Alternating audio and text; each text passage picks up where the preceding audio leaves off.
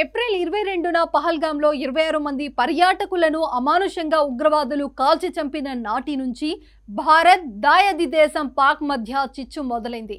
ఈ కుట్రకు పాకిస్తాన్ అండదండలు ఉన్నాయనేందుకు స్పష్టమైన ఆధారాలు లభించాయని నిఘా వర్గాలు బయటపెట్టాయి. దీంతో ఇండియా ఎప్పుడో ప్రతీకార చర్యలకు దిగుతుందనే అని గుబులు దాయాది దేశంలో మొదలైంది.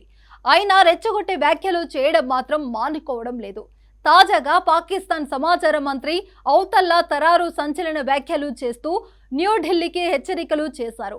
పాకిస్తాన్ సమాచార మంత్రి ఔతల్లా తరారు మాట్లాడుతూ భారత్ రాబోయే 24 నుంచి 36 గంటల్లో సైనికులు దాడికి ప్రణాళికలు రచిస్తుందని తమ నిఘా వర్గాలు హెచ్చరించాయని పేర్కొన్నారు. అలాగే పహల్గాం ఘటనలో పాక్ ప్రమేయం ఉందని న్యూఢిల్లీ కల్పిత నిరాధన ఆరోపణలు చేస్తుంది. సైనిక దురాక్రమణ చర్యలకు పాల్పడితే ఈ వాదనలు చేస్తుందని ఆరోపించారు. పాక్ కూడా ఉగ్రవాద బాధిత దేశమేనని, భారత్ చేస్తున్న ఆరోపణలు ఖండిస్తున్నామని నొక్కి చెప్పారు. విశ్వసనీయమైన పారదర్శక దర్యాప్తుకు సహకరిస్తామని చెప్పినా భారతదేశం ఘర్షణ మార్గం ఎంచుకుంటుందని అన్నారు. ఒకవేళ తమ దేశంపై సైనిక చర్యలకు దిగితే మాత్రం పరిమాణాలు తీవ్రంగా ఉంటాయని హెచ్చరించారు.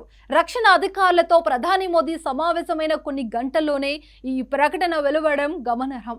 భారత్ సైనిక దాడి చేస్తుందని వార్తలు వస్తున్న నేపథ్యంలో పాకిస్తాన్ సైన్యంలో అలజడి మొదలైంది. పహల్గాం దాడి తర్వాత దాదాపు 5,000 మంది సైనికులు, అధికారులు పాక్ సైన్యాన్ని విడిచిపెట్టారు.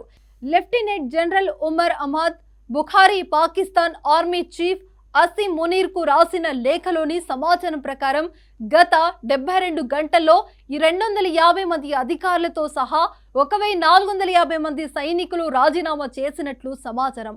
రాజీనామాలు చేసిన వారిలో 12వ కార్పోక్వెట్వా నుంచి 520 మంది, ఫోర్స్ కమాండ్ నార్తోర్న్ ఏరియాస్ నుంచి 380 మంది, ఫస్ట్ కార్ప్స్ బంగ్లా నుంచి 550 మంది ఉన్నారని తెలుస్తోంది.